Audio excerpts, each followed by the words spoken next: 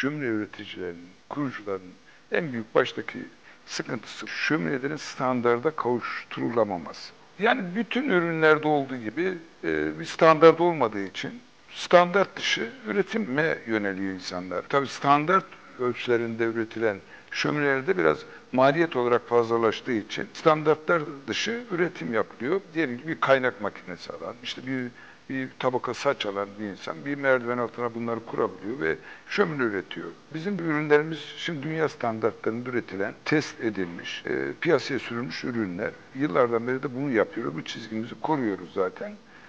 Bütün firmaların da bu çizgide olmasını, gerek yerli üretim ya gerekse ithal edilmiş ürünlerin bir kere o standartta olmasını istiyoruz. Onun için buradan ben Ticaret Bakanlığı'na da, Maliye Bakanlığı'na da hem kayıt dışı önlemek için hem de dünya standartlarında şömineleri üretmek için ve tüketicilerin de zarara uğramaması için bir kere Ticaret Bakanlığı'nın bu şöminelerle ilgili bir standart getirmesi.